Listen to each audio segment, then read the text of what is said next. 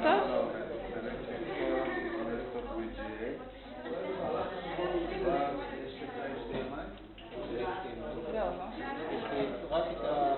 רק את זה? את הקונקטור שתמיד עובד, בשבילי בכל העולם ובכל העולם.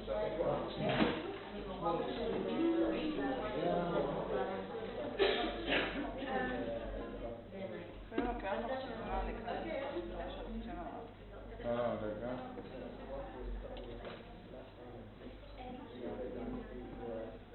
המחשב.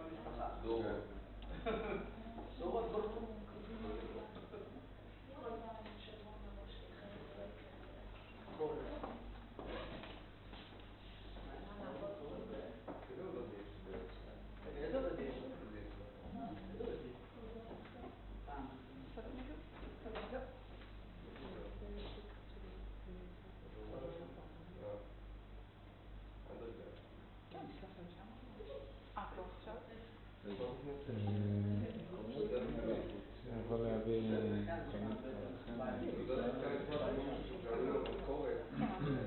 רק שנייה. זה להעתיק למחשב בוא ננסה לדעת אחרי השיעור אני אבדוק למה עובד.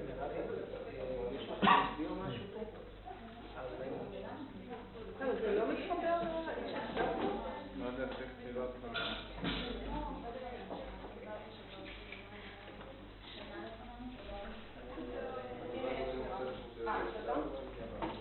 רון, ואין לו HDMI? אפשר HDMI? לא, אין, אז צריך לתאם.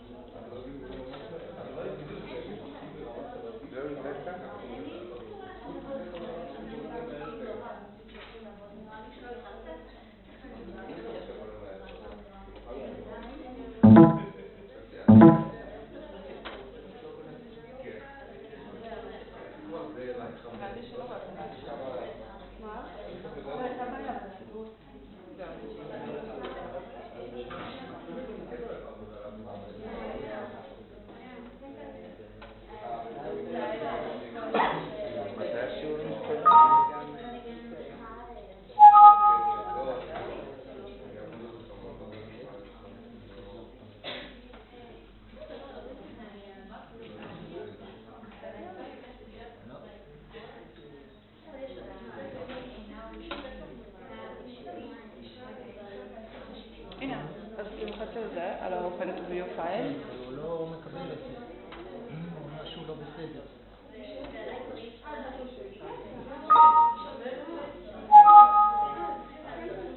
בוא ננסה להפיק את זה עוד. אוקיי.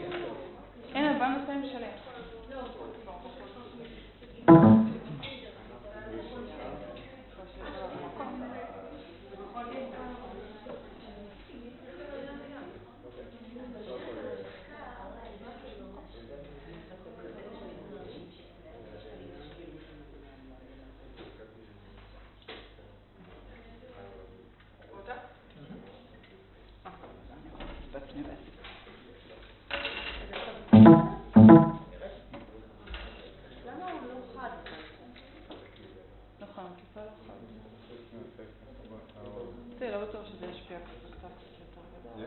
לא, אבל זה איך הוא צריך... לא, קוראים לו בפוקוס, זה לא... לא חשוב לה...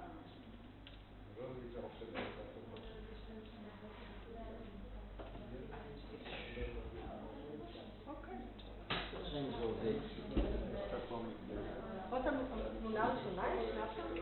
כן, גם השקופיות האחרות נראות שם פה. שבכוונה רוצה שיראו את כל ה... לא, אנחנו נשים.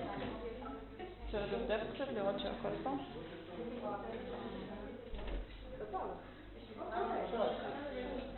אוקיי, already the start. ואני אציג אותך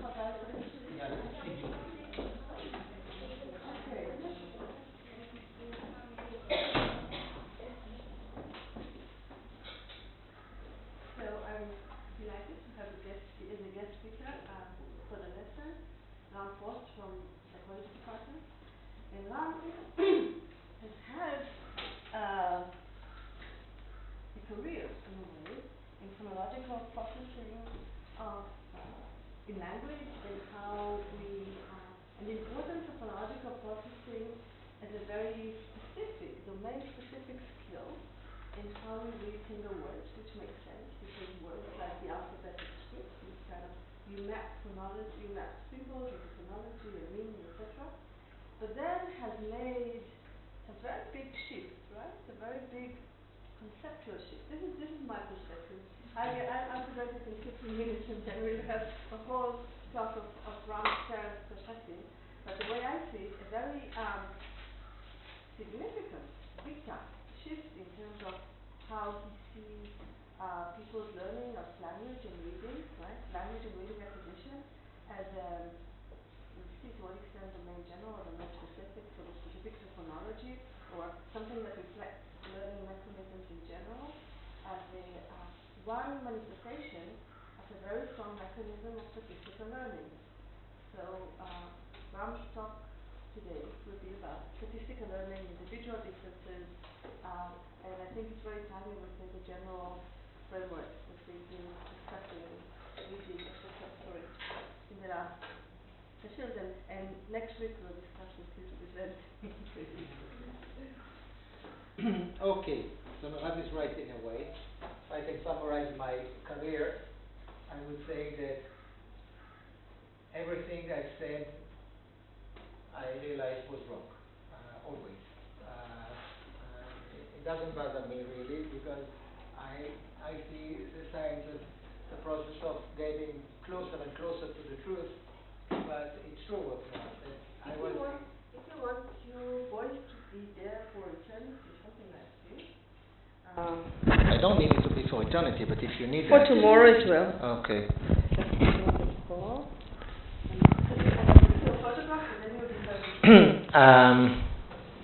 I remember in my early days at the department that Merav and I had arguments about speech perception, and me arguing, I was like a real Chomsky in the beginning, me arguing that speech is special and humans we cannot explain any phenomena in speech perception without assuming something that is innate and modular. And this is how I started my career, and sure enough, the data led me to assume opposite positions. It didn't really bother me because I think we should all abide by the data. So I'm interested now actually in statistical learning. I got very interested in that. I'm going to try and explain to you why. What I thought I would do, I would present you with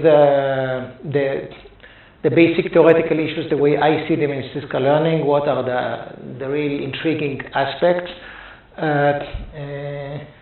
of this field, how it is related to language, what are the lingering problems that are still remains to be solved. And my suggestion is to conduct this really as some kind of an interactive discussion. I don't know if this is common here, but I would urge you to stop me even at every slide or every sentence if you want to interject, object, disagree, or question my assumptions. I don't have really to finish something in time. And my point is really to introduce you to the research that we are doing, why we're doing it, what are the big questions, how we are doing it, and where we think it is supposed to take us. So, just a quick overview. You have all read Safran's work, I assume. Now you'll have to bear with me because I moved this from the Mac to here. It's going to be a bit upside down, so the point should be here. So we know that all organisms are constantly have constant stimulation, which we presume are continuous streams of sensory information. This is what life is all about. And traditionally, what we call statistical learning, Marav and I had an argument this week about what we call statistical learning. But the literature considers statistical learning as a domain general mechanism. I'll explain in detail what I mean by domain general. By which cognitive systems, not necessarily humans, it can be rodents or primates, extract regularities from the sensory input. It could be either in space or in time, and discovered some kind of an underlying structure of the input. So basically we see it as a biological system that makes sense of the structure of the environment. This means that statistical learning plays a key role in every theory that has to explain discrimination, categorization, segmentation, everything that makes sense of the continuous input. And this allows the only thing that allows us to predict what will be, what is expected, the upcoming events. And it underlies a very wide range of cognitive abilities. So this is where my history as a Chomskyan comes into play. So if we look at the historical perspective of statistical learning really, I think, started as an alternative theory to the common and accepted theory of language learning, the Chomskyan theory. Whereas Chomsky, in very general terms, believed that language is something extremely special. It's a modular capacity that we are born with a language acquisition device. This device is the only thing that allows us to make sense of the linguistic message. Basically, the argument of Chomsky was that there is no theory that can explain how we manage to learn the structure of language simply by being exposed to linguistic information. And the only way to give a good theory is to assume that we are born as humans with this innate ability to make sense of linguistic information. In contrast, statistical learning was taken to provide a more parsimonious theory, saying that there is general abilities of learning, general principles of learning, and language does not differ from any type of learning. So basically, the idea would be that language is not special. I mean, it's special in the sense that it gives you, it has an interesting structure. It's special in the sense that, you don't have phonology aside of language, but the principles of learning are not different when it comes to learning language or when it comes to learning other things.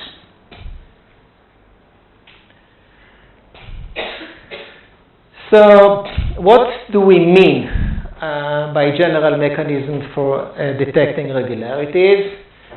I'll try to unpack this. What does it mean that we have some kind of general or domain general mechanism. So I think what lies behind it is a view that there is a unitary learning mechanism.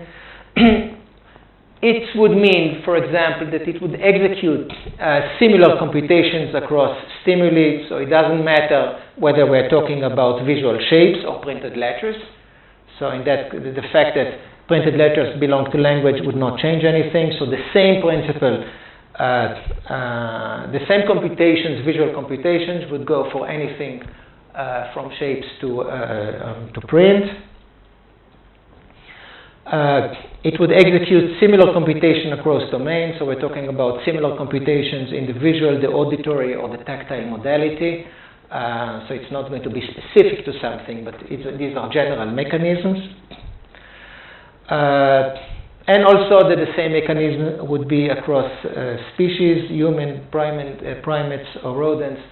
I think behind the theories of statistical learning, all these assumptions are considered as basic assumptions if we unpack them. And this has a huge promise because the idea was, again, in terms of parsimony, why it's very easy when we talk about how to devise a theory of something in psychology to assume modularity, which is this system is designed to do this, and this system is designed to do this. Is a module that treats language. This is a module that treats vision. This is a module that treats audition. And the beauty of I don't know if I think they heard about modularity and what are modules in cognition. The great thing about and the easy task that modularity people have, they don't really have to explain how the module works. It is just some kind of a black box device that gets an input and produces an output, and you don't really have to bother to give a mechanistic explanation of how, let's say, movements of the basilar membrane are transformed into speech. This is the device that is doing it.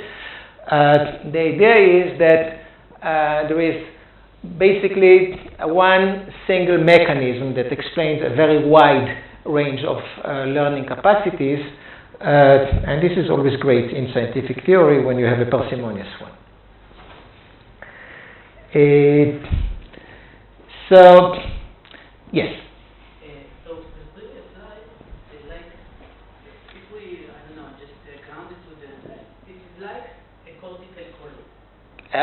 Like a cortical column. It's just the way we think about it. I think about it, I think many others.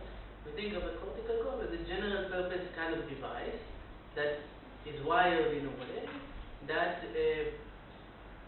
general purpose learning device that can learn language at some places, and can learn vision, and can learn audition, and can learn somatic sensation, and to learn and to understand these kinds of things. But the thing that I wanted to say here is that in the cortex, the long-range connections are to some extent hardwired, and the short-range connections are not. So the way I think of it is a large architecture and very large plasticity within the structure, and a large fixed, to some extent fixed architecture outside the structure. So I think this kind of thing also can be, so this architecture, this general or higher architecture can also be innate to a lot of extent. So maybe this is some kind of a combination between the things and the general purpose. It's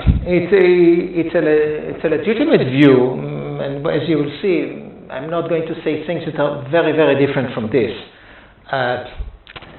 My interest in unpacking these theoretical concepts is always, and I often find this very common in science, that people use lots of words and lots of terms, and when you really push them to the wall and ask them, what is it that you really mean by, you get very, very different answers. And I think that it's always good in any domain to unpack all the implicit hidden assumptions behind the theoretical contracts that you are using. And so you see in the literature, for example, a lot of arguments about this is domain general, domain general, domain general. And when you ask people what is domain general, they say, domain general means that it's not Chomskyan. Domain general, it means that it's not a language acquisition device. It can work for languages not as well as not language. But okay, it's fine. Now, I'm not interested in you telling me what domain general is not. Tell me what it is. And I think these are. This is the possible unpacking. Now, the point would be at the end, after you say that, to give some kind of a coherent neurobiological description, mechanistic description of how things work. When you look at speech's special idea of modularity, basically, if you read the classical papers about speech perception like that, the motor theory of speech perception, the papers begin with outlining to you how impossible it is to give a simple theory of how the speech signal is transformed into phonemes because of the speed of it, because of the lack of one-to-one relationship between signal and there are lots of arguments, and it's okay, given that you cannot give a coherent theory of how to decipher the signal into the words, there must be some kind of a model that does it for you, which is a kind of a magical and great solution. So you are born with a device, this goes in, this goes out, and this is the beauty of modularity.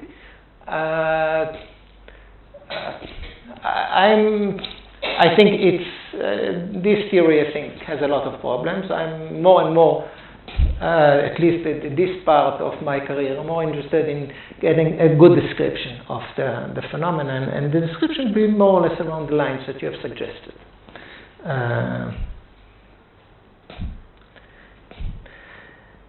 So let's look, when I moved to statistical learning, so the point was really to transform or to compute all the view of language that I had into some kind of a new environment theory. I was interested in, for example, in learning to read a second language,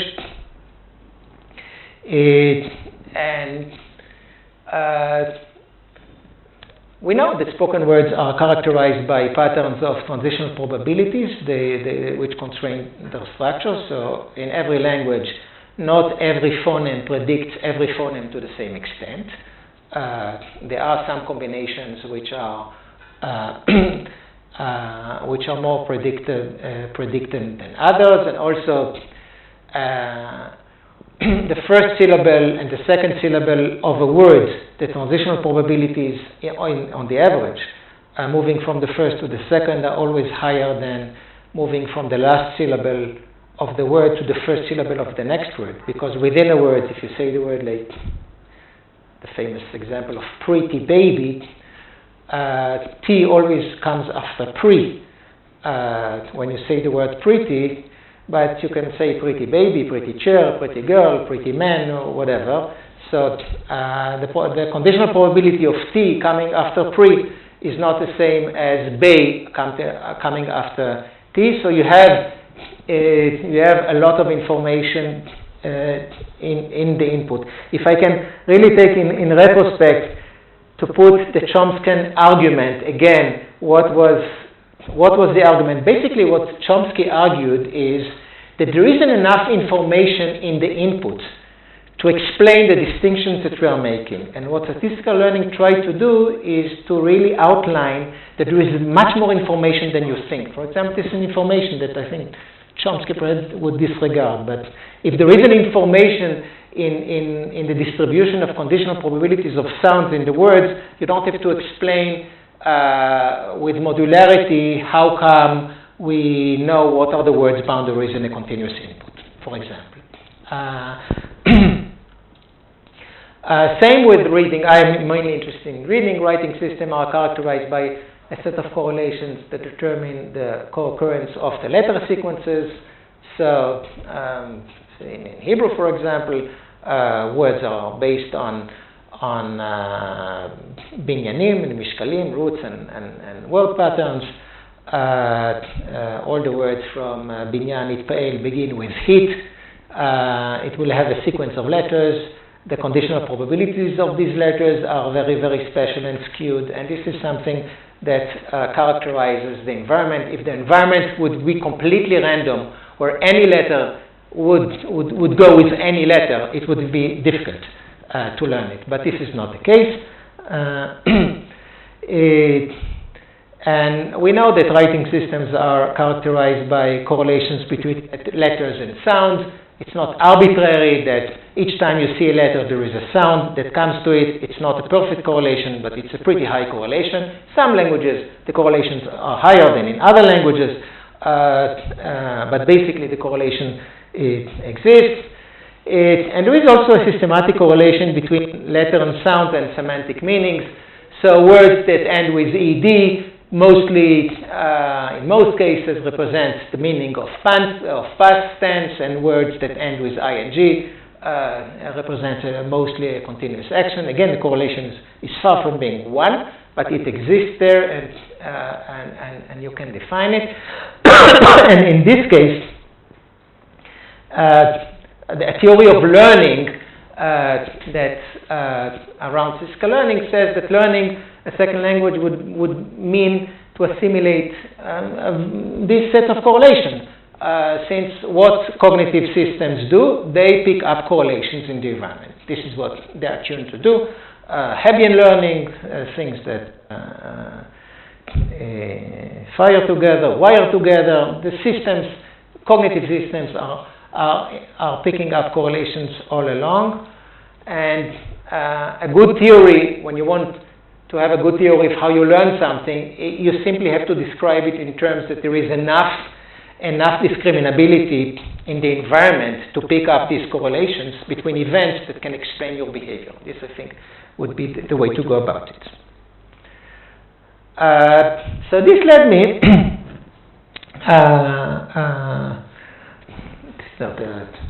my divorce from Chomsky was not really there. It started before, but the question was whether if we're talking about domain generality, if language is not special, whether a non-linguistic statistical learning ability can predict learning Hebrew as a second language. This was the main question.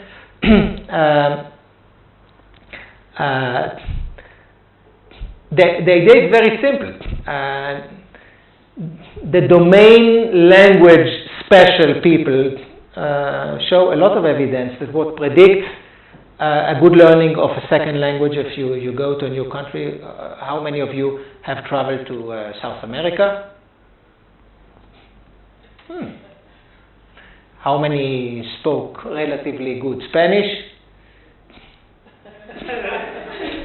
How many had difficulties learning it? What's this?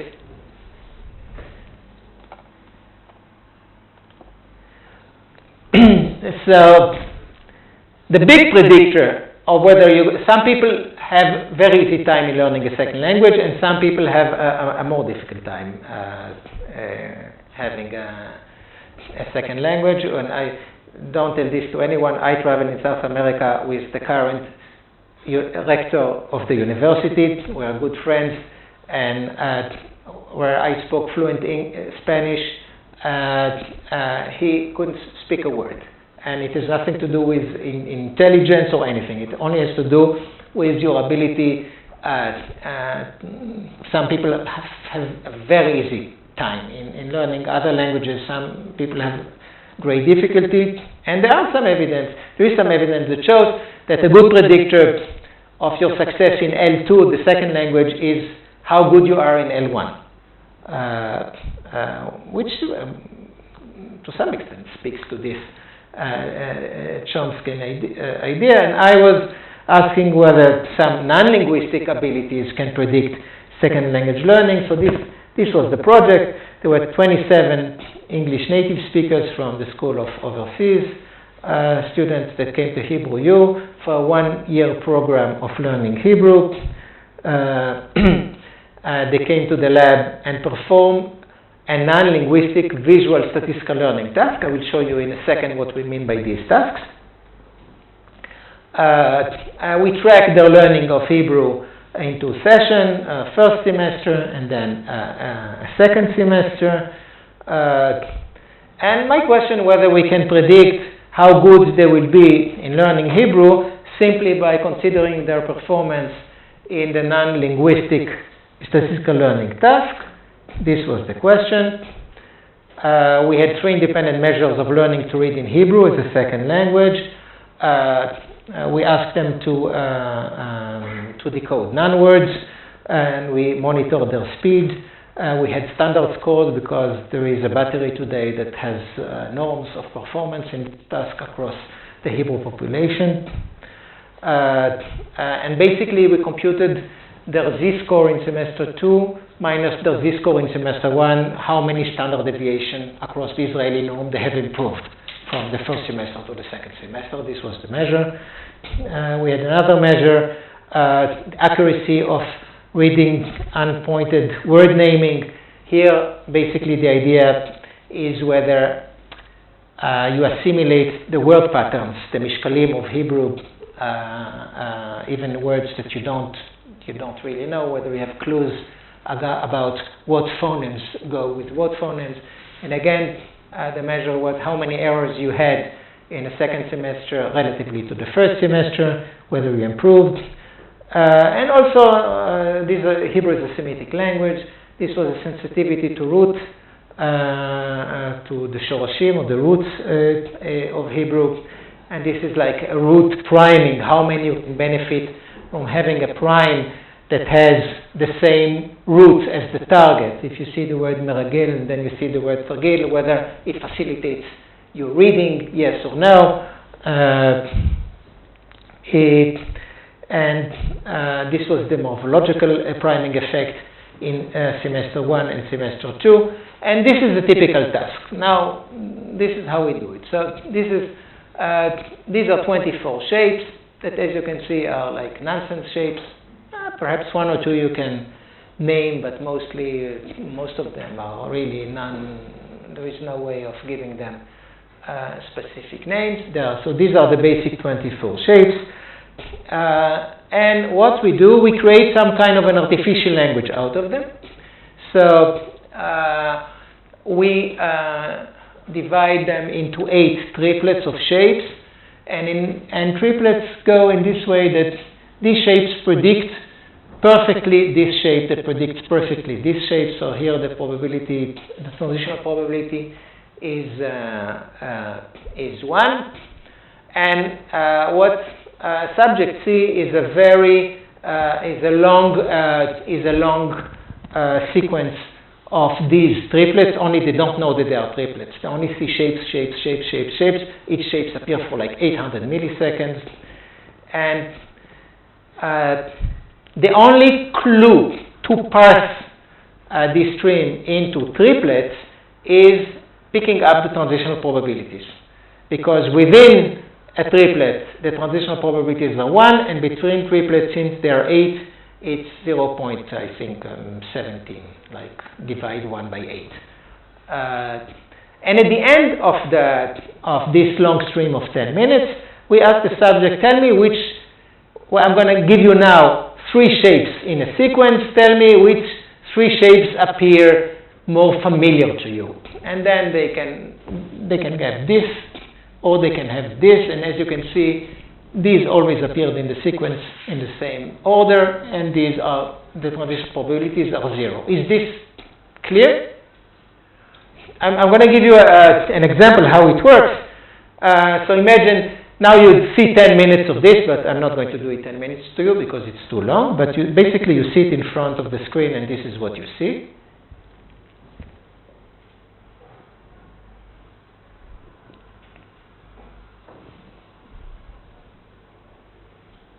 So you see these 10 minutes, it's continuous, you have no clue about the internal composition of the string.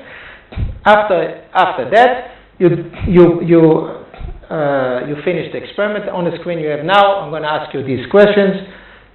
Which triplet you think belongs to the sequence? This one or this one? So what do you think? Good, you're good at this. Okay. At the end of this study, subjects there were like 32 forced choice decisions, the triplets with different foils.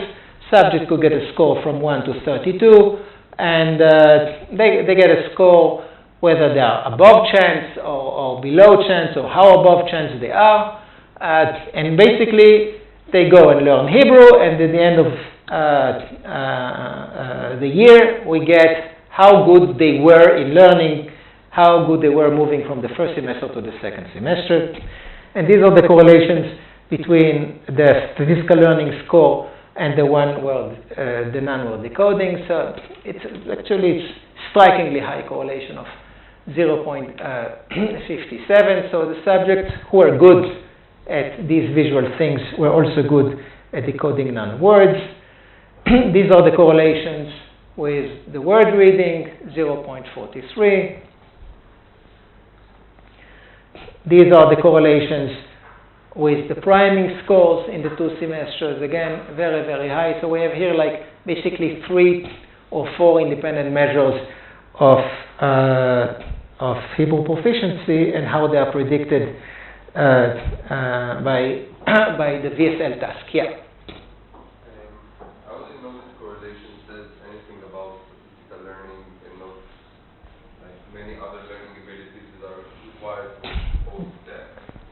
So it's a wonderful, first, it's a wonderful question, but not precise. I'm going to correct your question. First, I would say it's a wonderful question, but it's not a precise question because it is statistical learning. You're asking something a bit different. You're asking whether statistical learning is nested within some kind of a general cognitive ability. I would say that another required cognitive abilities both for this test and for studying a second language. Mm-hmm. Sending a long, boring test. Is? Because the ability to get the attention, your attention span, for example. So students with shorter attention span wouldn't be able to perform well in their visual test, and also would have trouble performing in Hebrew. Okay, so this is a legitimate, this is a...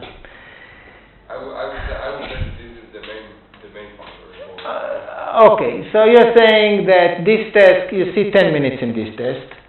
I think I was never... No, you see 10 minutes. You see 10 minutes in this test, and you're saying that I cannot do 10 minutes of testing. But if someone can do 10 minutes of testing, it means that that person can do anything I cannot do. So it must be something that has to do with attention. It can be attention, it can be memory, it can be intelligence, it can be IQ. Those who are very high IQ would be better in doing this, and so this is a legitimate concern. But the question is really whether there is something like an individual statistical learning ability, or it is a sub thing of a cognitive ability that is larger, that is on top, like intelligence, like working memory, like executive functions, like attentional capacities, or whatever. So I think it's a wonderful question, and you don't have to be very, very patient. You'll get the answer pretty soon. But this is what we don't argue about. You come to my lab, I give you these 10 minutes, and I can predict after these 10 minutes how you're going to do in learning Hebrew. This is not trivial at all. So this, you have,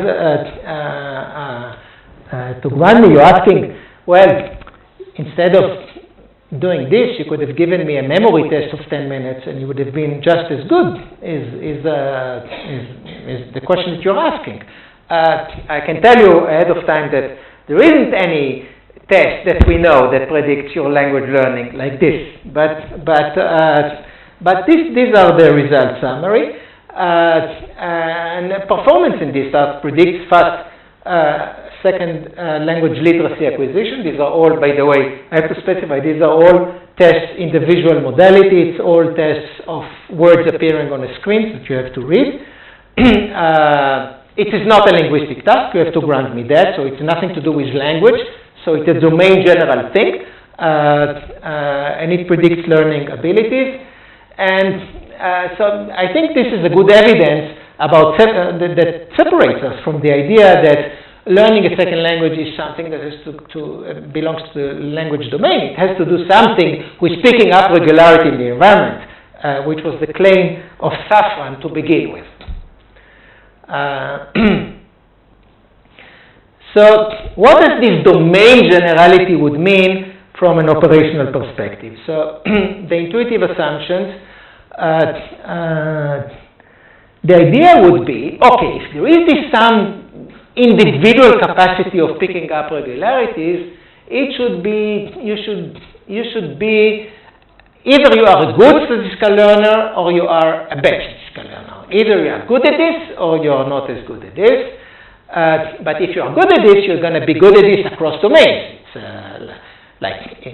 And here is the proof. If you're good at this in the visual, let's say with the shapes, you're going to be good at this in reading.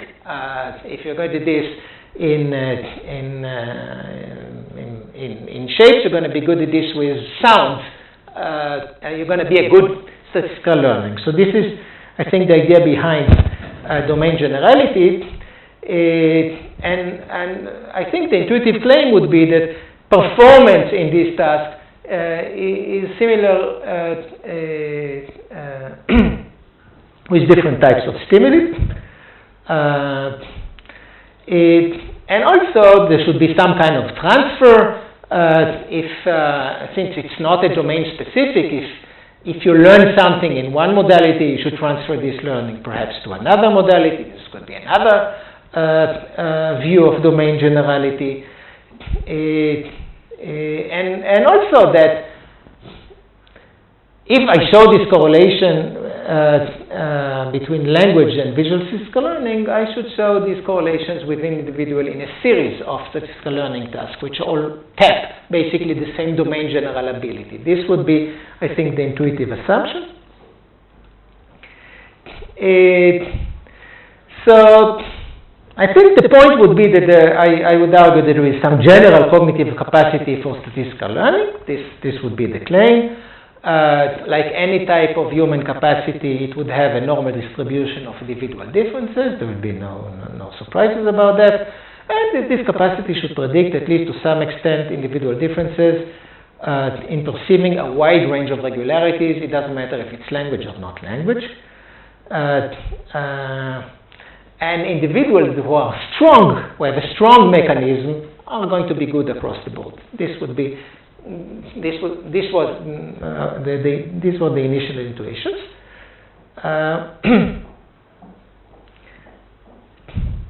Do you want to have a break now, or?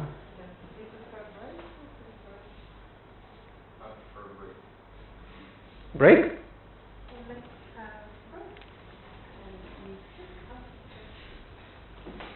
Break. Break it is.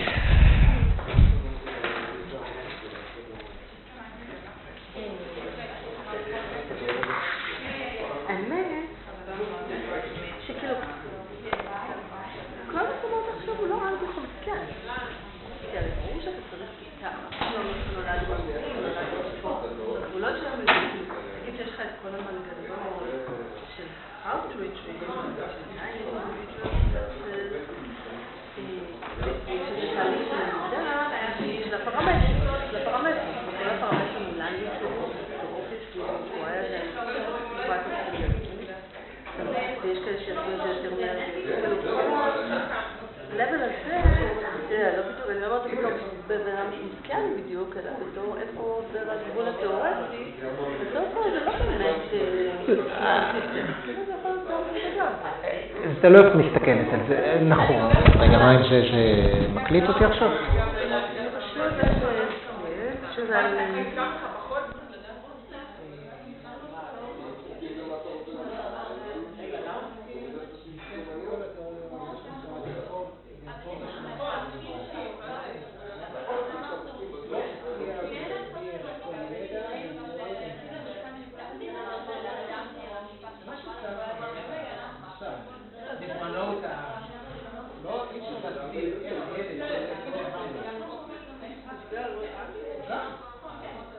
הוא אישית, אחד מהקשיים של איך להסביר שפה, יש לנו word unit, האינפוט הוא לא word, האינפוט הוא הספציפי, אז אם אין לך אינפורמציה בסביבה לגבי הבילדינג בלוק של השפה, ויש לך את הבילדינג בלוק של השפה בראש, איך תסביר?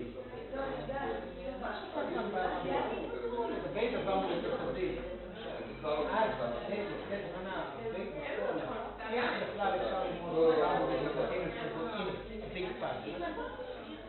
מה שאתם לא לוקחים בחשבון, באינפוט יש סטטיסטיקה, זה קצת מציע דרך אגב את הוויכוח בפרספצ'ן ודיירקטיקה, שמה שגיבסון אומר שיש הרבה יותר אינפורמציה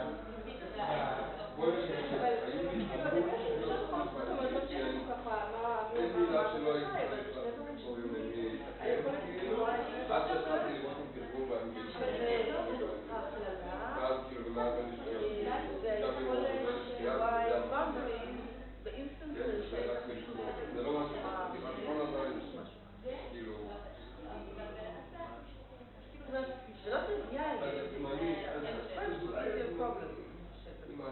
לא טריוויאלי להראות אותה. anyhow,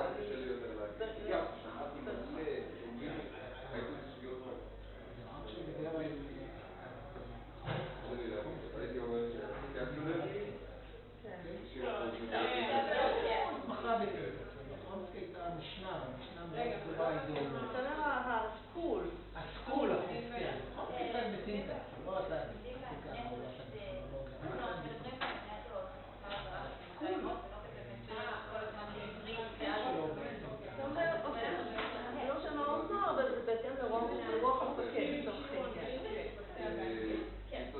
כן, זה לא נכון ציוני. היה ויכוח על וורדמן. איך זה אחד מהפרספקטיבה, כל לקסיקל.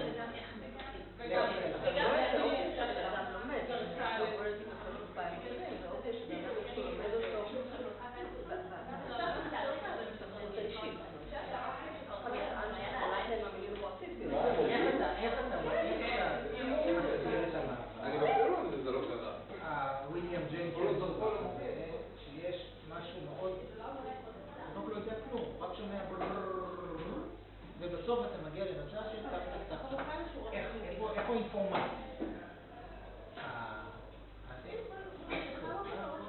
תעזוב את הנושא הזה. אני חושב שחוקה, לא מהיום בסדר, הנושא הזה אני עושה. אני אבון הרבה אותה. איך אפשר לעשות כל מיני מבנים סינטקטיים?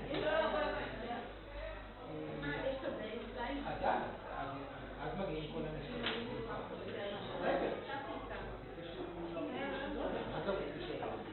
יש לך גרמר נורמל, יש לך גרמר מאוד מאוד נורמל.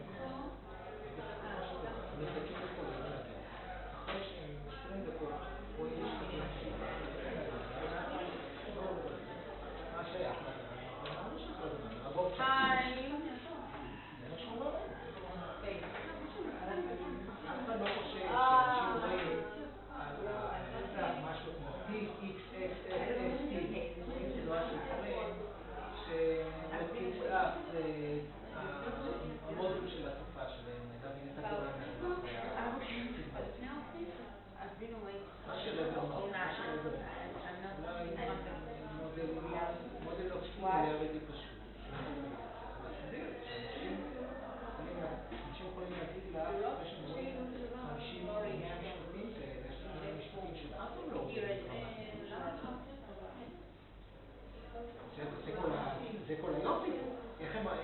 למדו את כאילו למדו את הגרם. מה זה שלמדו את הגרם? apply to writing. אז אחרי לקרוא 50 משפטים גרמטיים, ואני אתן לך משפט שאף אחד לא רואה. אז תוכלי, הבוס צ'אנס מחליט המשפט הזה הוא גרמטי.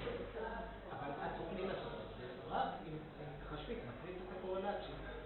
כמה המשפט הזה דומה ל-50 האלה. אז הנה, יש לך דוגמא. אני יכול באמצעים מאוד פשוטים, להגיד שאתה לומד גרם, בלי להיכנס לשאלה. בעצם זו שאלה בדיוק מעניינת. שאם יש לך מודל מכניסטי של איך בני אדם עושים, אתה יכול לבחון את הביצועים של המודל סמך הדאטה, לעומת הביצועים של הבן אדם סמך הדאטה. אני אומר שהבן אדם ידע יותר טוב מהמודל. That's the whole point. היתרון של הגישה הזאת היא מובילה אותך באופן בלתי נמנע לפי המודל מכניסטי. המודולריטי היה the way to go about לא לתת מודל מכניסטי. לא להגיד, מה אפשר זה? יש קצת כמו עם העבודות עם הברנאוט, עם הטלפים. נכנס, לכל המודול נכנס דלטה T של הסאונד שהוצאת מהזמן שלך. אז אתה יוצא לך דלטה X, מה נוסף? לא צריך. נתחיל להיכנס לשאלות, מה בדיוק היו ה-computation. אלא זה היופי. ולכן הקונסטרוקטים האלה נועדו. הרעיון בגישה הזאת, אין החברה אלא להציע בסוף מודל מכניסטי שמתחיל נוירוביולוגי, מתחיל segment computation, ונטוורק עד שאתה מגיע לפרפורמנס. אחרת לא תבין את זה. מודולריטי זה בדיוק the way to go around. כל מה שצריך להגיד שם. כן, מודולריטי זה בעצם הדרך לא לדבר על המדעית. את לא חושבת? לא, אני חושבת שגם computational linguistics של קומפטי וגם computational cognition היום, יש להם כמה רמות. התחלנו להסביר מהי השאלה החישובית, מה הם החישובים השני זה להגיד, אין היום רעיון טוב למהי צורת המימוש האיטית של החישובים שאנחנו מדברים.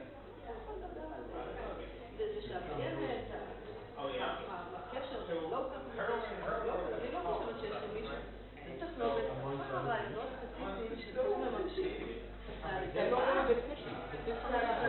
של מהי החישובים שלנו. אני חושבת שאני מסכימה עם מה שמגיע, אבל אני רואה את long way. הדברים העצובים שלו, הבאדים שלו היו הפרודוקטורים של natural language processing, של אנשים ממדעי המחשב שהגדירו בצורה מאוד פורמלית מה הם החישובים שאנחנו אמורים לדעת לעשות, לא אמורים לדעת לעשות, הם לא התייחסו לשאלה ואיפה, מהי או אבולוציונית או אבולוציונית, איך אנחנו הגענו לזה שאנחנו מסוגלים לעשות חישובים כאלה. וקצת הניסיונות שאנחנו נדבר עליהם, שהג'וש טננבאום מדומה והשתתפו לזה, ניסיון להגיד, איך אנחנו עושים רוטסאפ כזה, הוא לא מתעסק בשביל איך זה ממומש ברמה הנוירוביולוגית שלו, אבל מאוד רחוק מאיך שיכול לבוא איזשהו פקד, כן? מתעסק בזה שזה מהם החישובים של עצמי. אני רוצה להגיד שאתה יכול לעשות אותם בלי להניח ויש לו הנחות אחרות אלטרנטיביות. זאת שאלה מעניינת, מה בדיוק אתה מגיע?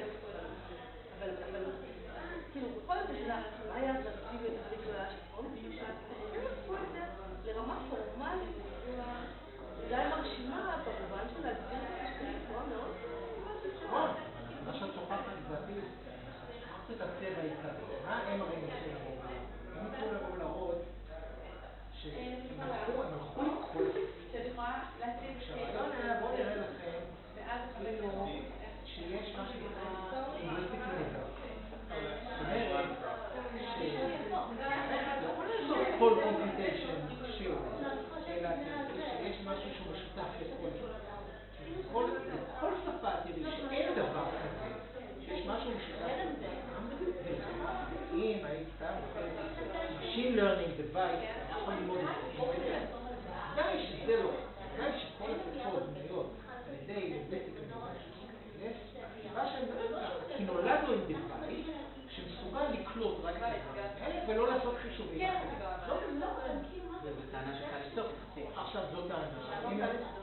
כי אם נניח אנחנו באמת מתארים בצורה דיסקריפטית של מה הן השפות שאנחנו יכולים ללמוד, אפשר לבנות מלאכותית, כמו שעשית כאן, שפה עם מכניזם אחר, ולבדוק כמה אנחנו לומדים אותו. אז אם את לוקחת את ה-BBS של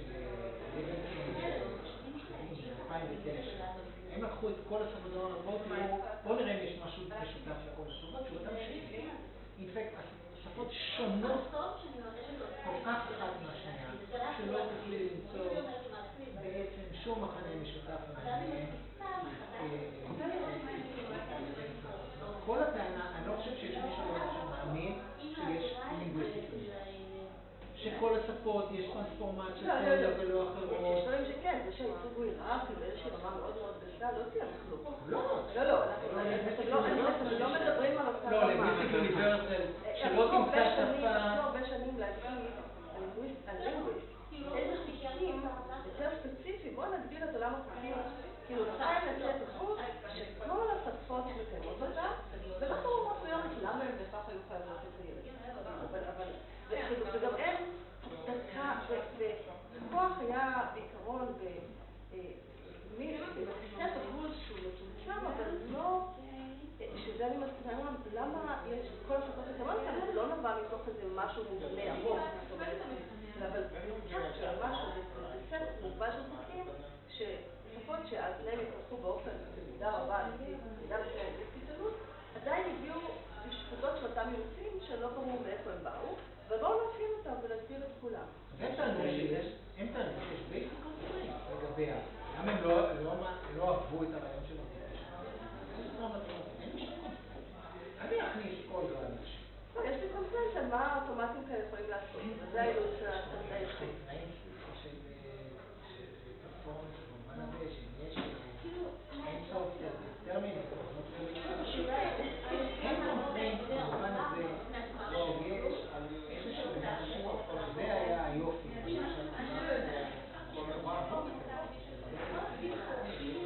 כל השפות האנושיות שדיברו לשפות בוא נעלה מחשב, יש אילוצים שמשקפים את המודול במוח. את רוצה להבין את המודול ותסתכלי על האילוצים. אם את תראי שבכל השפות יש, תראו את זה מעניין, בכל השפות לא תראי שהמושא רחוק מהנושא יותר מאשר שתי אילוצים. או לא תראי אף פעם שיש יותר מאשר 3 טרנספורמיישן. מה שקרה עם השנים, כל אילוץ כזה התחיל נפל ונפל ונפל ונפל, והתיאוריות של טרנספורמציות פחות ופחות ופחות הסכימו עליהם. אבל הרעיון, היופי של הרעיון היה, פשוט הסתכלו על הסביבה, ותבינו איך עובד המכשיר. הסביבה יש אילוצים, שהמכשיר בנוי ככה.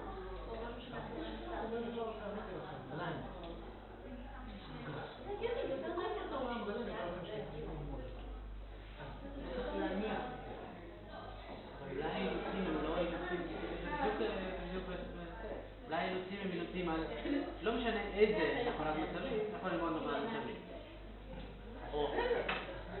שואלת היום מה אתם נגיד שירדנו אצלנו באוניברסיטאות שלנו דרך אגב מה שמכין את האנשים יש להם אתיקה על כל התחום הזה של קומפיוטיישן התחום של קומפיוטיישן הלינגוויסטי לא מי שכל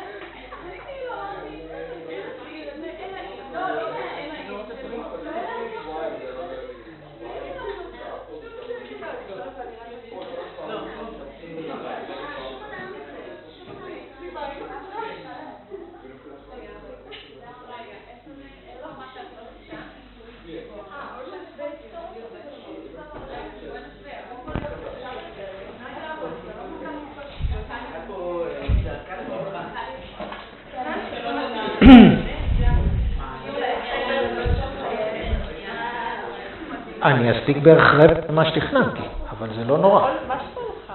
אני אמשיך ככה עד שאני אגיע. טוב. Good. So let's explore a little bit. Our next step was basically raising the skepticism that you raised. Okay, this was.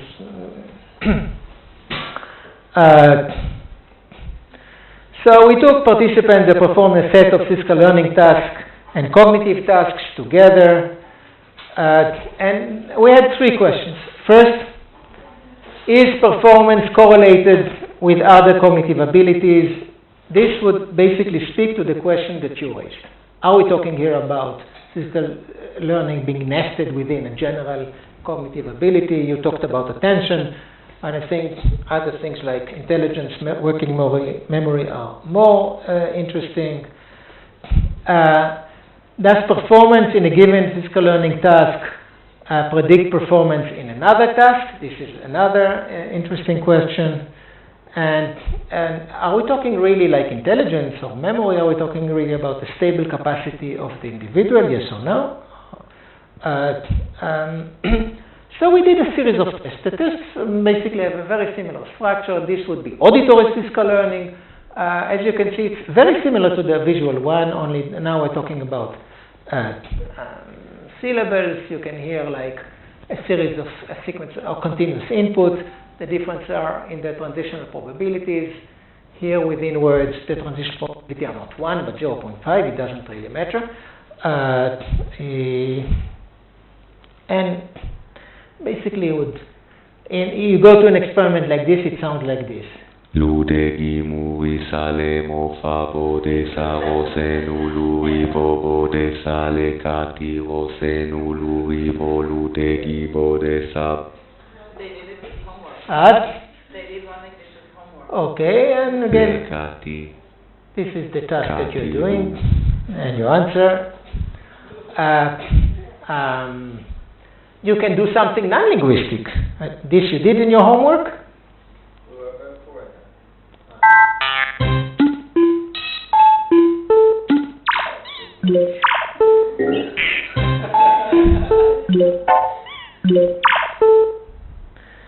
So this is more difficult to do, as you can imagine. So this is just to give you a hint about how it looks like. These are the distribution of scores. As you can see, this is the visual, the shape task. It's a very nice distribution. It's not normal, but it's close to. Actually, I have now data with hundreds of people. It's a normal distribution. Let's say the average of performance, 50% is chance level. It's about 70% chance. With the standard deviation. This is the auditory physical learning. This almost looks completely normal with slightly less, but so we're talking here about a very, very nice range of performance. Some subjects are very good at this, some subjects are very bad at this. This is the point thing. It's more difficult, and then you see the standard deviation here is slightly smaller.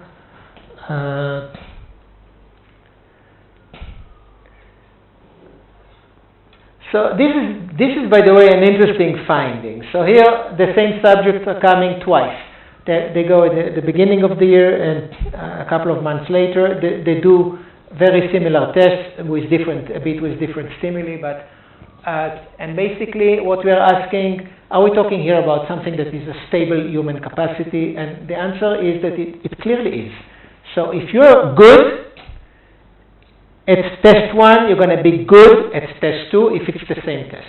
Okay? The correlation is about here 0.7 it's a pretty reliable test.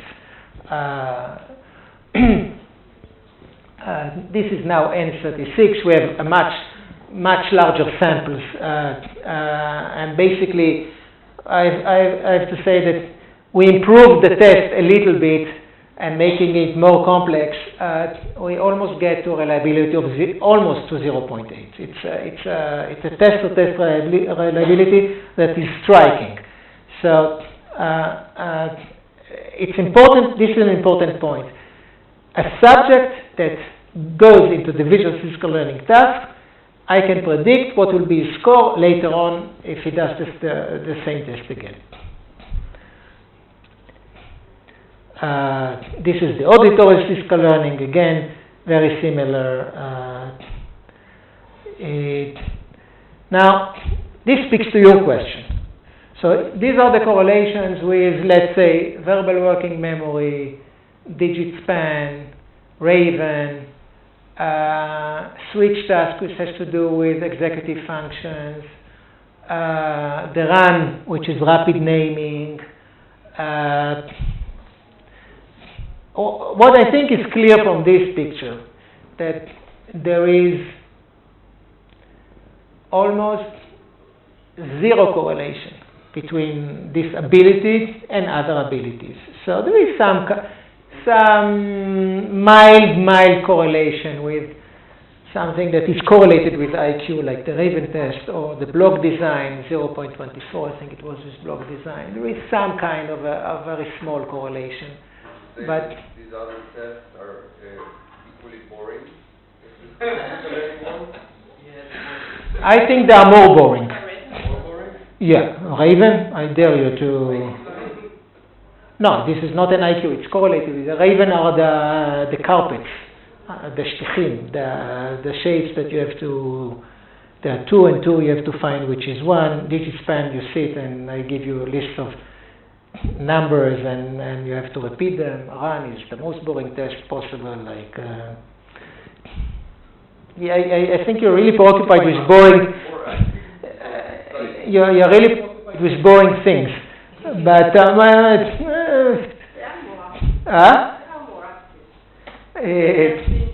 Statistical learning. Yeah, but.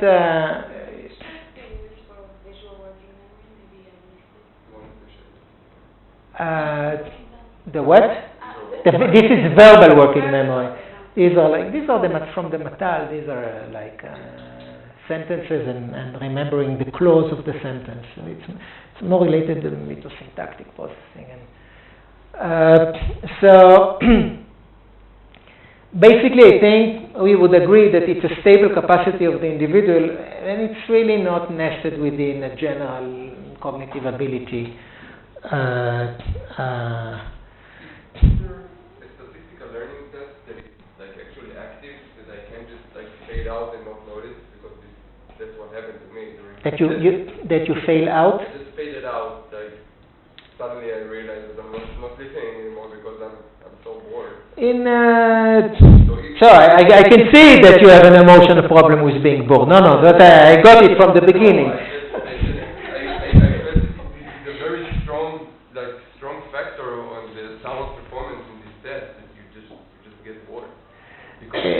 Listen, I did all my career, I'm running experiments in my lab. I swear, these are the most fun experiments I moved into this because it's much more fun. You should have come to one of my experiments that lasts an hour and a half, where you see backward masking of syllables and you have to guess what you saw for an hour and a half, or you just see words or non-words flashing on the screen for an hour and you have to press with the button. I'm telling you, these are the most exciting experiments that I have run. Subjects usually perform pretty well. I have to say, in our test, you have also you have catch tries. So I can tell you at the end of the experiment whether you faded out or not. So I can know whether you cannot make the difference between the triplets or non-triplets, or whether you cannot make the difference because you closed your eyes. That I can tell. And there are subjects who close their eyes. These are eliminated from the statistics. If we look at these are the correlation with the auditory physical learning. Really, nothing. I think here I'm convincing you that it's not something that is nested within a general cognitive ability.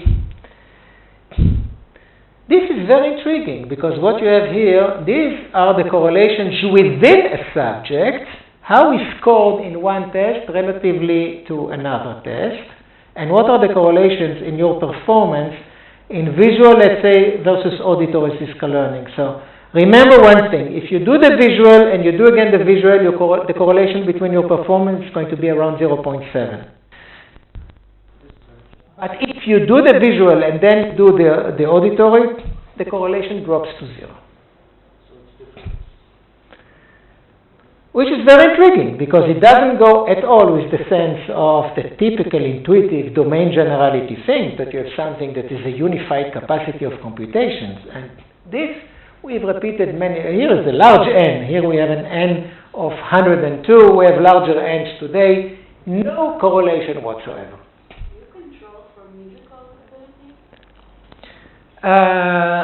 We don't control for it. We have subjects, we have people who have, Merav works on this domain. She has published a few things about musical abilities and dyslexia. But wait, each of these tests is predictive of language acquisition, or how good you are at it? Not each of these tests. In the original test that I did, the Psych Science paper, I just used the visual statistical learning test. Not each of these tests. Here I wanted to see, okay, let's go into it and see whether it's really indeed a general ability. And I would... What? What would be your prediction for the auditory one? If it would predict, we ran an experiment like this last year. It was semi-success. There were some good correlations and there were some not good correlations. And in general, I can tell you, after working for, let's say, for 4 years on this, that we have very, very stable results with visual stimuli and very noisy results with auditory stimuli, and I'm more and more I'm thinking that there are many reasons for that. That doing things with auditory stimuli implicates many problems that the visual domain doesn't have. For example, it's critical whether the syllables that you hear match your repertoire of syllables. So if I do this Bargidon that you did, I ran this experiment in Israel and I would run the same experiment in Spain, I get different results. Because the syllabic structure is slightly different, and this is not tabula rasa, like the shapes you've never seen before, but the syllables you've heard before, and this determines your performance.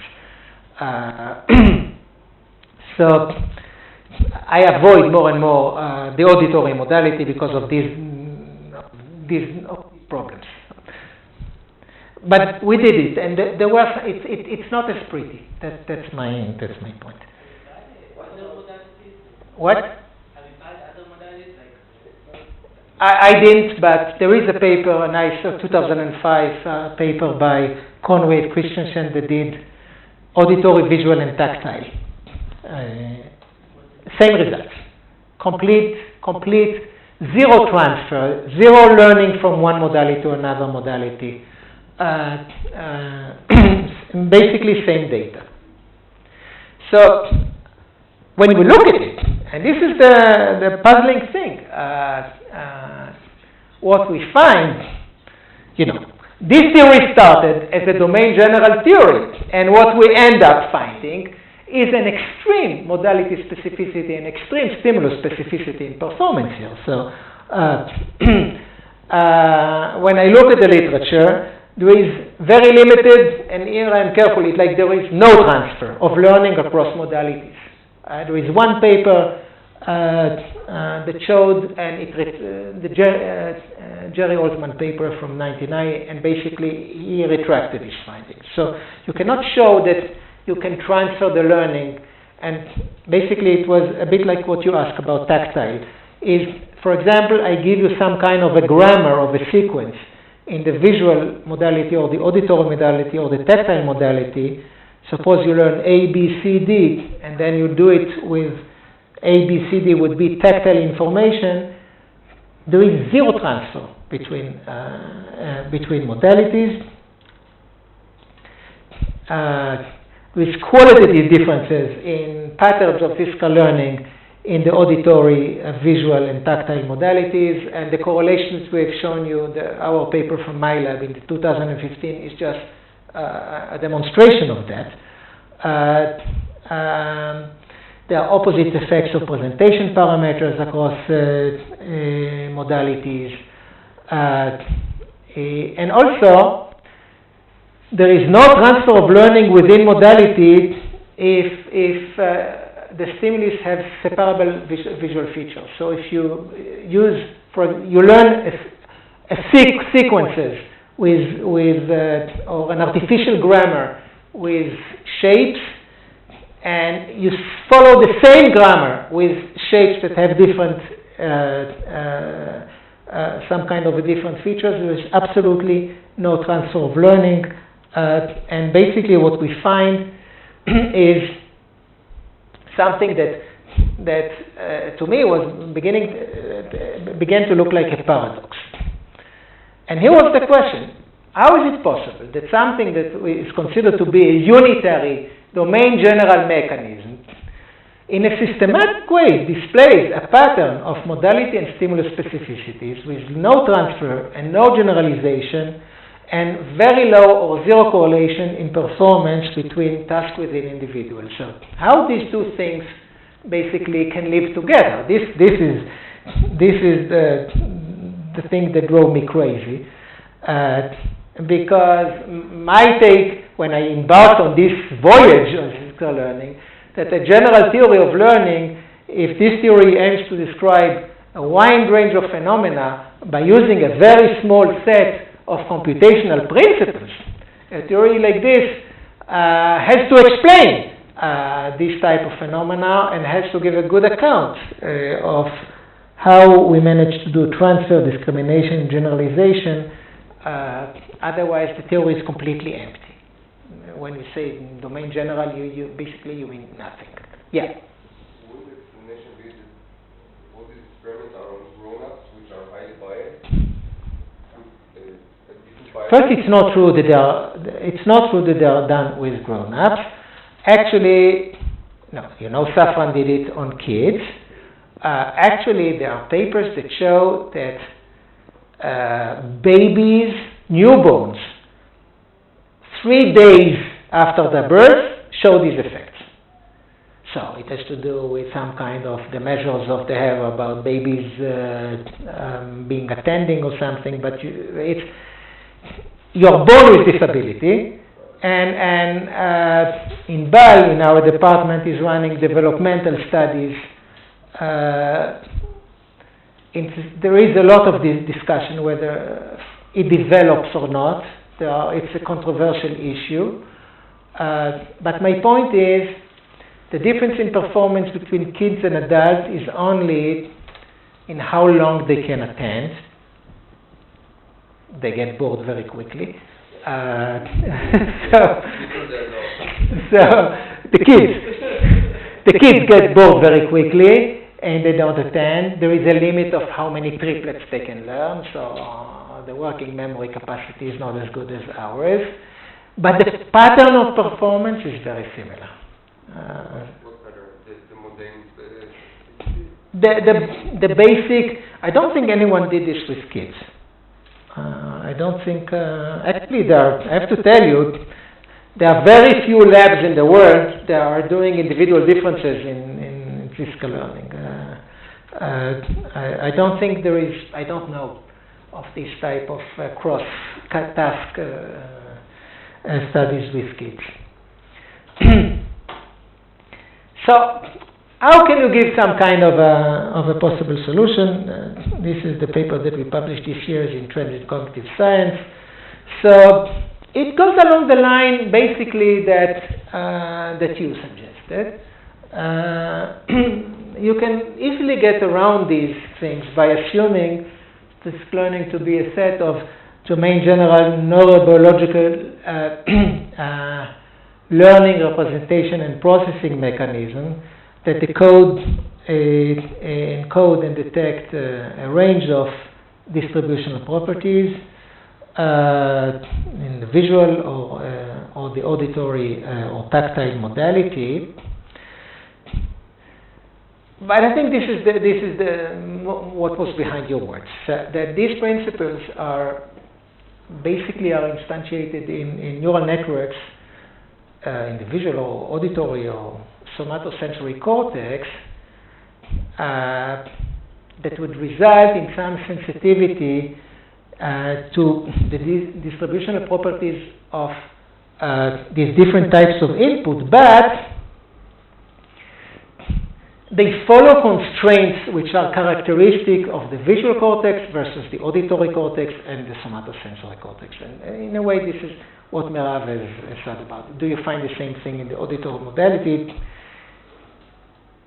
It's not that the auditory modality does not have the same computational principles of the visual modality, but the principles are the same, but the constraints of the type of information that is being processed in any area of the brain is of course different. This is why it is not surprising that you don't find correlations between, let's say, computations in the visual cortex and the auditory cortex. My point is this. You can have a very good system that computes correlations in your visual cortex, but have your resolution, the auditory cortex is not going to be good as well. Like you can have a great eyesight and not hear well. It's not that you have to be born with some kind of general ability to compute distributional properties. It really depends which part of the brain is doing that.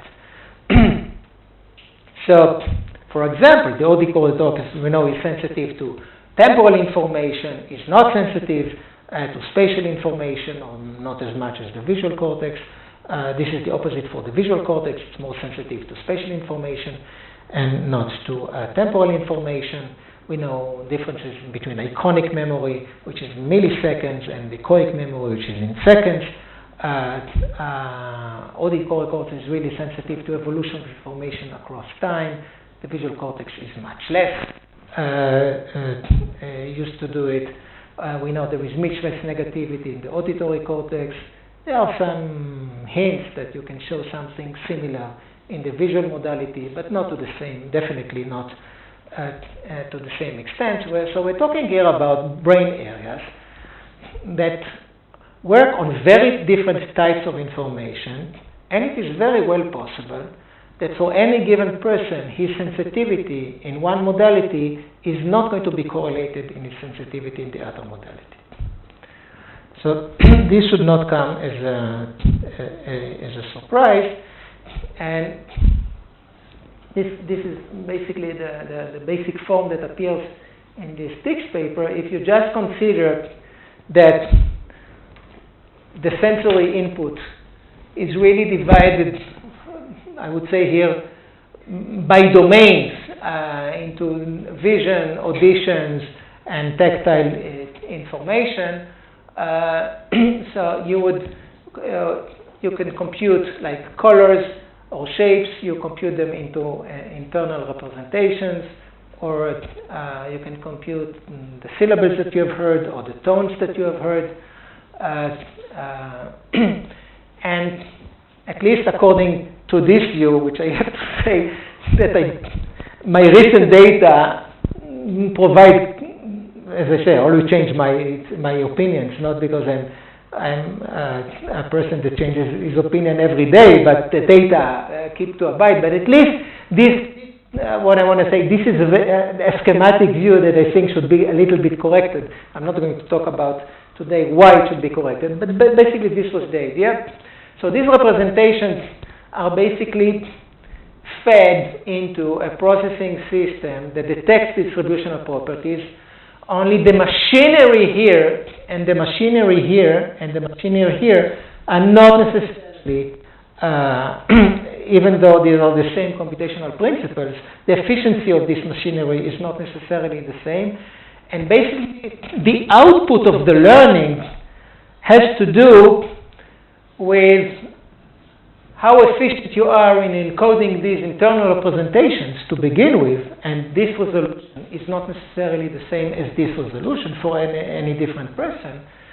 And these differences already that appear into the encoding phase would get accentuated after passing through this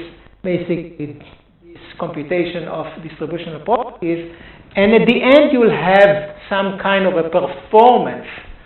And the pattern would be that the final outcome here cannot predict the final outcome here, because already from the beginning there would be differences.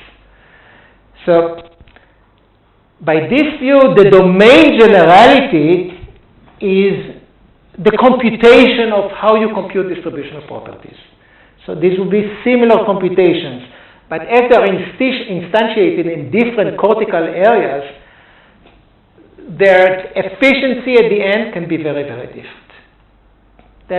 That could be some kind of a good caricature of why, in spite of having a domain general system that picks up regularities, you end yourself at the end with extreme modality and stimulus specificity. Yeah. But when you try to compare the auditory test, the visual test, do you see like a consistent difference between the results? Or are like... Again, what do you mean when you compare the different sets? Systematic, I don't know, difference in single person's performance in the visual test and in the auditory test?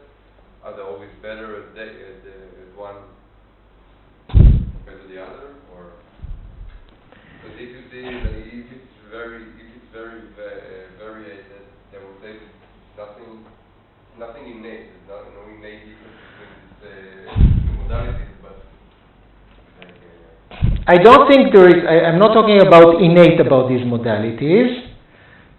I'm only saying this: if you are good in the visual, you're going to be good as a visual across the board.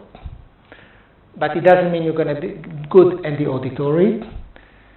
And whether it's innate or not, you're asking basically whether you can improve the system, for example. Can I teach you to be a better, you said you're not good at this, but you said you're not good at this because you're bored. But I assume you weren't bored. I give you some amphetamines before, and I'm going to be attending, okay? The question is if I can train you to be better. This is an interesting question. We try this in the lab with very, I don't have final conclusions, but we do sometimes, people do 24 blocks. 24, not blocks, 24 experiments. Visual, we always change the shapes, otherwise they're going to be bored. But they do it 24 times, and we measure whether they improve. They move, let's see, from 50 to 60 to 70 to 80. They don't. Most of them don't. They had their whole life trained for each one of these types of statistical learning. So I would say if you take like participants at various ages, like kids and older kids and then adults, and you see the correlation drop, then I would say that the explanation for the different. I think it's a nice way to approach it. I know Inbal is doing this right now. She's basically testing kids but in order to do this type, this is an expensive research, because what she's taking kids of age 6, 7, 8, or 9, and she sees cross-sectionally whether there are differences in performance. the good way to go about it would go to devote your 5 years in tracking a kid across the years and see whether he improves or not. I don't know of any data. I would say that the involvement along the years of play, not necessarily the improvement, but the difference between the kids will grow. So it's a good question. It's a good question. We don't know. I don't think anyone knows. The great thing about working in this domain, to me, is that it's really like virgin territory. I mean, we don't know. We know nothing about statistical learning as an individual ability. Does it develop? Is it that you are already, if you show it in newborns already after 3 days of age, it must be that already you are born with it to some extent. How much you improve across time, I don't know. The only thing I can tell you, we will know at the end of the year whether there are some genetic components to it, because we are measuring correlations of performance between monozygotic twins and dizygotic twins on a big sample. So we will have some information about this. But I don't know. There is no, and I don't know it even in the literature. There is nothing that tells us. Yeah. So how come the visual thing is correlated to language after 2 semesters, and the auditory is not, but it's supposed to be more similar? So why is it the visual thing that is correlated? So here is it's a wonderful question. Actually, this was when we sent this paper, the JML paper, one of the reviewers, Perrichet, I don't know if you read this, there is the big paper of Perrichet and Pacton in 2006 about, in the TICS paper of Perrichet, so he was the reviewer and said, so Perrichet was one of the reviewers and said, okay, you know what?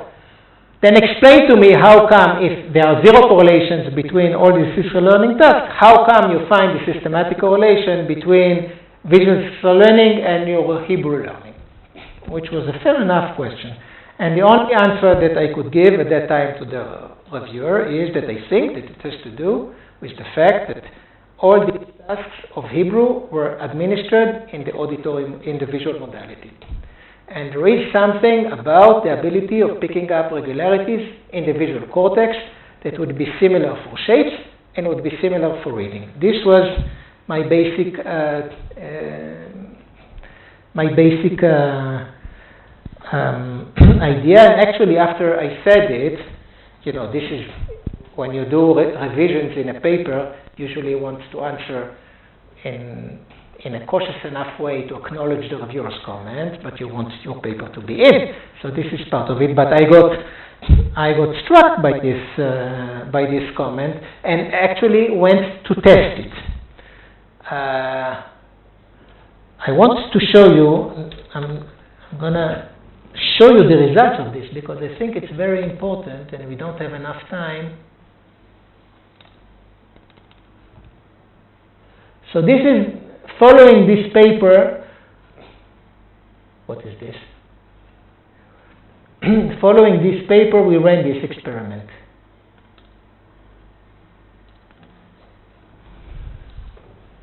Subjects they do 4 statistical learning tasks, but only in the visual modality.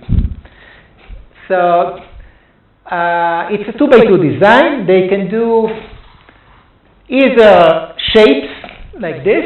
This is the experiment that you've seen before, or they can get this type of, we call them aliens. It's the same idea. This alien predicts this alien that predicts this alien, and this shape predicts this shape that predicts this shape. And there is also a spatial configuration of this test. Here, it's not at all sequential. Here what you see is there are shapes like, these shapes always appear, this one diagonally on top of this one, you see here. So this is a pair. And in each of these frames, there are pairs that come together. They can be this type of pairs, or they can be this type of pairs, this type of pairs, this type of pairs. And these are grid spatial configurations. And at the end, you ask them about the pairs, whether this is a pair or not. Same here with the aliens. And here the question is, okay, if you're good at this is what you have done before, are you going to be good at this with different stimuli? And if you're good at this, are you going to be good at this? And are you going to find correlations within modality? So this was I'm gonna go. So this is how the configurations look like. So you see these are the possible pairs, and we combine grids of each pair like that. And the test, this is basically what you have to learn. It looks difficult. It's not simple, but it looks like this. You see it? For those of you who are bored,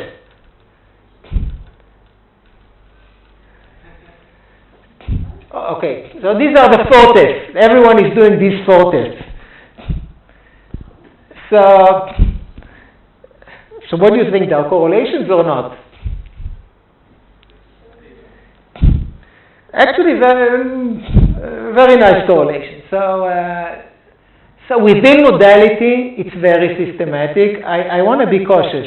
Within the visual modality, it's very systematic. In the auditory modality, we are still struggling. We have just completed a test that is an auditory test that does not piggyback on your knowledge of language or on the syllables that you are used to. It takes sounds which are not like boing boing sounds, but something like more natural sounds that we hear, like it could be a car crash, it could be what?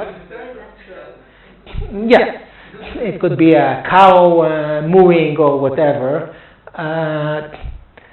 And at last we are, I think, reaching a phase that we are obtaining some kind of a reliability in the auditory modality, which was until now lacking. So when this project is over, I think we'll be able to find similar correlations in the auditory modality as well. But right now we show it systematically in the visual modality. So I'm going to go back to where we were.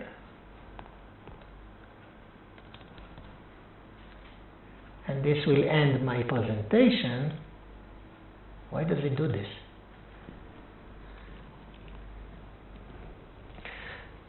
So let's have some kind of a mechanistic description of the theory I want to push. So what would be a neurobiological perspective of domain generality? So I think that we can say that something is domain general if the neural networks across modalities instantiate similar computational principles. And I think at least from the computational work on statistical learning, it doesn't matter what are the units, whether they're visual shapes or tones, they're similar computations. Also, there is a claim today that the domain generality comes from the fact there is one neurobiological structure that takes the input from the visual and the auditory modality. It's like this is the computational structure. It's the hippocampus and the medial temporal lobe memory system, and you can feed it into the hippocampus either shapes or tones, and it would produce some kind of similar computation. And the outcome of computations would be the product of how good you are in generating representation within your modality, and then these are being fed up to some kind of a big system that computes the distributional properties. And this would basically result in modality and stimulus specificity.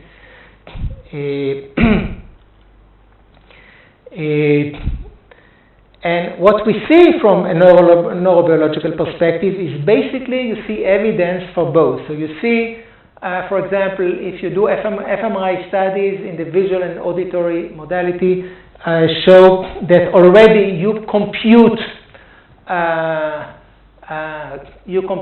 this type of statistical learning computation already pretty early in the visual and the auditory cortex, and then these are being fed to the hippocampus and the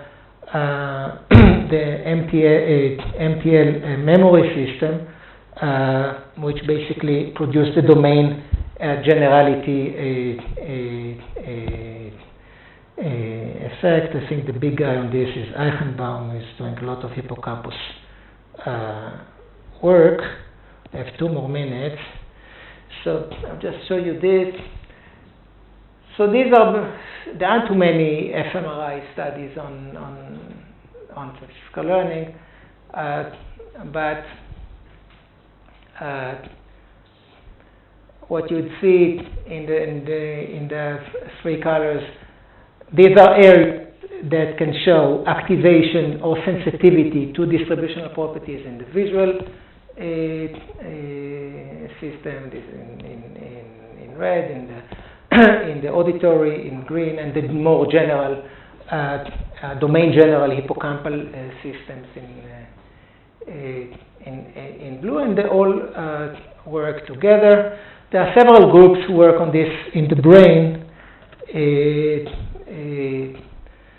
There's the Princeton group. They are more focused on the hippocampus involvement in generating statistical learning effects. They are the domain generalists in this domain, and those who are interested in showing already computation in the visual and auditory cortex. These are the domain-specific people. And I think I'll stop here because we can go a long way, and it's just the beginning. Questions?